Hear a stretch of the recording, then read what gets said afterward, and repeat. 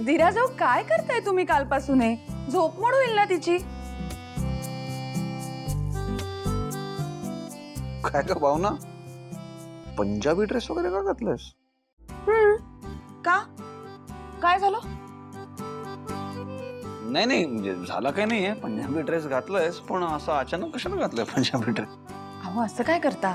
अहो काल आपण आनंदीला वर घेऊन आलो तेव्हा वीणा वहिनीचा फोन आला होता ना.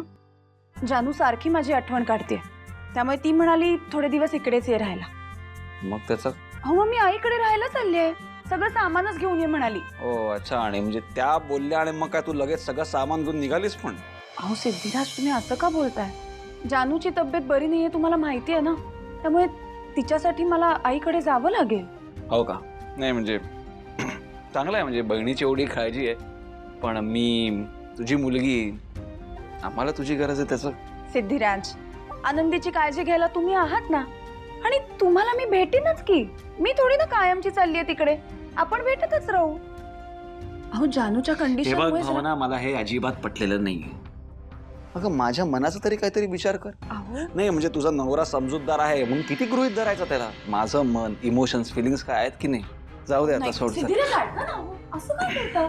बोला तरी माझ्याशी. काय बोलू? तुम्ही असं चिडताय कशाला? आणि हे बघा, आपण थोडी चर्चा करू, बोलू, मग मी जात. तुम्ही असं चिडू नका ना. भावना येतेस ना. या म्हणजे आता आपण खाली जाणार, उरले सुरलेले जो काय वेळ तो पण घरच्यांसोबत घालवणार, मग कामाची वेळ. तुझ्याकडे माझ्यासाठी वेळ आहे कुठे? हो असं नाहीये. तसंच आहे. हे बघा ऐका, तुम्ही चिडू नका प्लीज. हे बघा ऐका, काकूंचं काहीतरी काम असेल, मी बघून येते. आपण आल्यावर बोलू, चर्चा करू, मग मी जाईन. पण तुम्ही चिडू नका. तुम्ही चिडलात ना की खूप अस्वस्थ व्हायला होतो. मी आले, लगेच येते.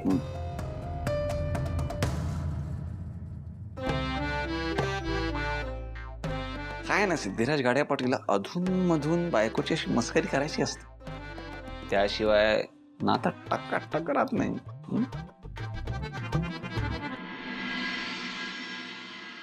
संतोष, करशील ना? जमेल ना? हो आई, करणार मी, डोंट वरी. आई हा? काय करायला सांगते संतोष दादाला? अगं कुठे काही करत आणि नाही. सगळे असे का बसलेत? काही महत्वाचं बोलणं सुरू होतं का? फॅमिली मीटिंग वगैरे? जानू, तू काय या घरात नवीन आलीयस का? अगं आपण एखाद्या महत्वाच्या विषयावर, प्रश्नावर बोलत असतो तेव्हा असेच बसतो, तेच चालू आहे. अगं नाही, काहीतरी काय बोलतोयस रे? काही निर्णय वगैरे नाही. चहा घ्यायचा आहे, त्याच्याबद्दलच बोलत होतो. तू बस, मी पटकन चहा आणते. आई मी आणते. बस. मग आज काय स्पेशल प्लॅन आहे सगळ्यांचा? हा बाबा? अगं दिनक्रम काय असणार आहे? आपलं नेहमीच अगं रोजच अगदी रुटीन, काही वेगळं नाही आज. दादा हा? तुझं काय? माझं काय? मी काय करत होतो? ऑफिसलाच जायचंय मला. बहिणी तुझं काय? माझं काय असणार आहे बाई, रोजच काम. माझं आणि आईंचं तेच आपलं किचन, स्वयंपाकघर.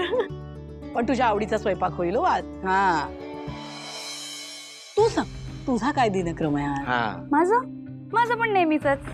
अगं नेहमीच म्हणजे काहीतरी आज ठरवलं असशील ना?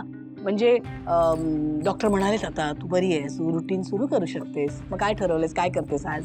बघ आता डिग्री तर मला मिळाली आहे, ते डिग्रीचं सर्टिफिकेट घ्यायचं, जॉबसाठी वणवण हिंडायचं, आणि जोपर्यंत जॉब मिळत नाही तोपर्यंत प्रयत्न सुरू ठेवायचं.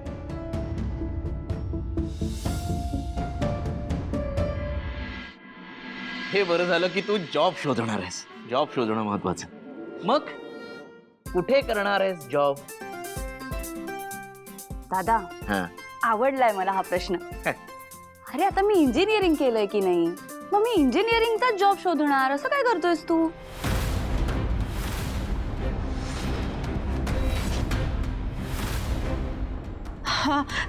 काय होत तुम्ही, एवढंही कळत नाही तुम्हाला? आता जानूने इंजिनिअरिंगची डिग्री घेतली म्हटल्यावर इंजिनिअरिंगचा जॉब शोधणार, हो ना? बहिणी तू बरी आहेस ना? नाही म्हणजे तू केव्हापासून दादासारखी अशी मस्करी करायला लागलीस? अगं मी तर गंमत करत होते याची. वेंकी दादा आता तू मला सांग.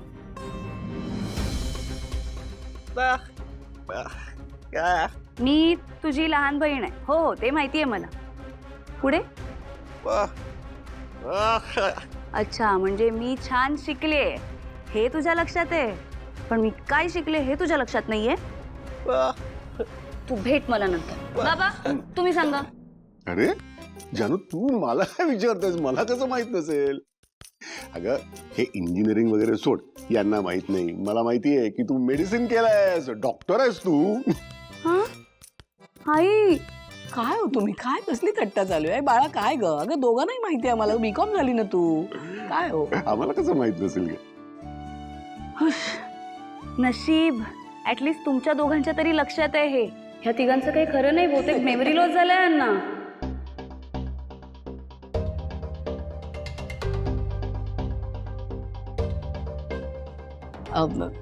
जानू, अगं मी ना आत्ता देवळात चालले होते. तू येतेस का? नाही म्हणजे आत्ता काही लगेच आज कुठे इंटरव्ह्यू वगैरे नाही ना? नाही नाही, घाई वगैरे काही नाही. मी तर आता जस्ट अप्लाय केलंय आई. आता बघूयात, त्यांच्याकडून फॉलोअप घेत राहील आणि जेव्हा इंटरव्ह्यूला बोलवतील तेव्हा जाईन इंटरव्ह्यूला. मग एक काम कर, माझ्याबरोबर देवळात चल, देवाला साकडं घालू. छोटसरशी नोकरी मिळेल बघ. विणा, आम्ही दोघी जाऊन येतो. हा अहो, हो, जाऊ दे, जाऊ दे. चल चल चल ये.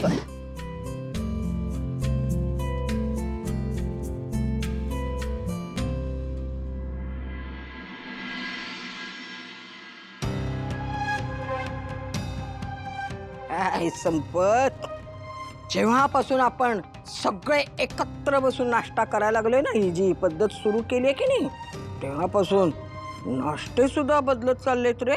म्हणजे कसं आहे ना, हे सगळं मध्ये ठेवायचं आणि मग ज्यानं त्यांना जसं पाहिजे तसं घ्यायचं. मग झालं ते थंड का असे ना.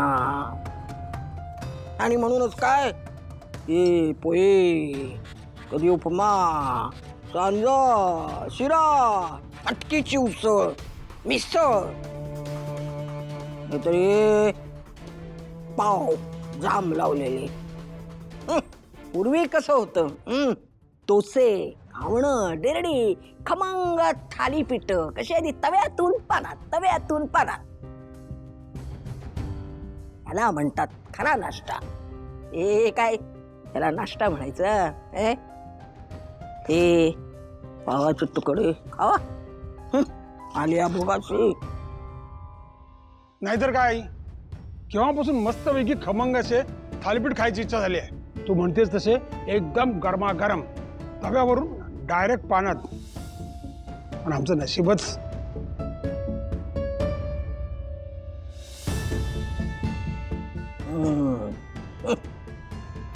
कसं आहे ना पप्पा, नाही घरातल्या बायकांना हक्क मिळावा, मान मिळावा अशी माझी इच्छा होती, असेल आणि ती कायमच राहणार आहे.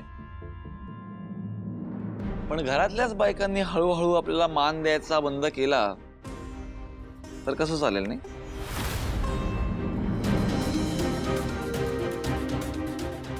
आजी, हा का बघितलं नाही का तू, पंजाबी ड्रेस घालून आली. तू बोलतोयस? नाही म्हणजे मलाही हे म्हणायचं होतं. म्हणजे मगापासून माझ्याही डोक्यात हा विचार आला होता. पण करणार काय सिद्धिराज, बोलणार कसं? बाबा रे, तुम्हाला दोघांना घाबरून राहावं लागतो, म्हणून बोलणार कसं मी?